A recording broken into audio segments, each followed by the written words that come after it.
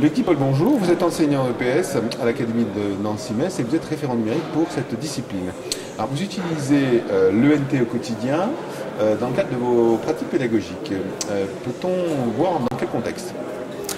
Bonjour, oui, donc ça fait maintenant plusieurs années depuis que l'Académie dispose de l'ENT Place qu'on s'est posé la question comment on peut exploiter et utiliser cet outil-là dans le cadre de l'EPS avec ses particularités, c'est-à-dire nos lieux de pratique variés et souvent excentrés par rapport à l'établissement et des connectivités à Internet souvent aléatoires, voire inexistantes.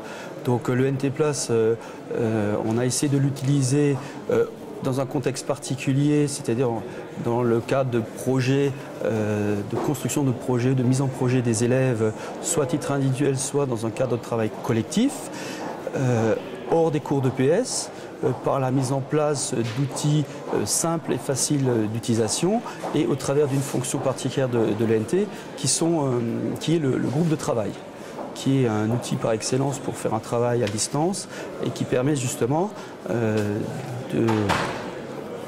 Groupe de travail, je vais vous aider un petit peu. Groupe de travail, donc vous avez des groupes de niveau, c'est quoi exactement? C'est par rapport au projet des élèves? Alors on demande aux élèves progressivement tout au long d'un cycle d'apprentissage de produire, de réaliser un projet individuel par exemple.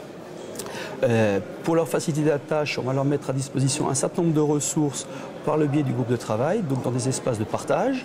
Et on va également leur mettre en disposition des outils qui vont leur permettre de mettre en forme tout un projet qui va servir de support final pour leur évaluation terminale.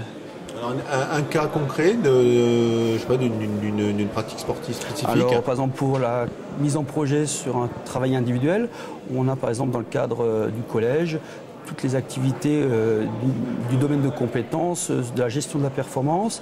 Par exemple, une activité très classique qui se pratique souvent, c'est le demi-fond. En parallèle, au niveau des lycées, on a une série d'activités où l'élève est amené à se mettre en projet. Je donne un autre exemple, par exemple, doit être amené à gérer son propre entraînement, sa propre pratique. Donc l'ENT dans ce cas-là est un outil de liaison entre l'élève et l'enseignant qui va aussi contrôler ou vérifier la progression de l'élève?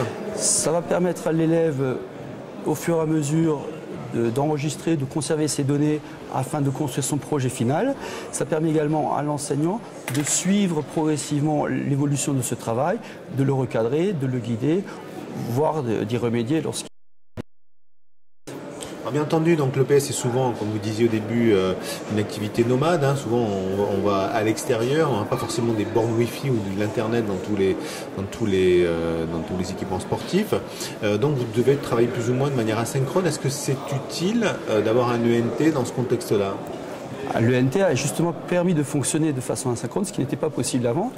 Donc ça a permis un petit peu dans un premier temps de substituer un fonctionnement plus traditionnel avec des outils numériques et qu'on a pu déporter hors du cours d'EPS, ce qui permet justement de donner un temps de pratique plus important aux élèves et de se consacrer, donc pour l'enseignant c'est aussi très important, d'avoir un temps de disponibilité pour les élèves plus grand pour justement un travail pédagogique.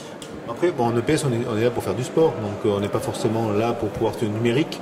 Est-ce que le fait d'avoir une version mobile de l'ENT, avoir une connexion en direct sur Internet est utile ou pas? Non, a priori, ce n'est pas quelque chose qui est extrêmement utile dans le cadre de notre activité. Cela peut même devenir un frein.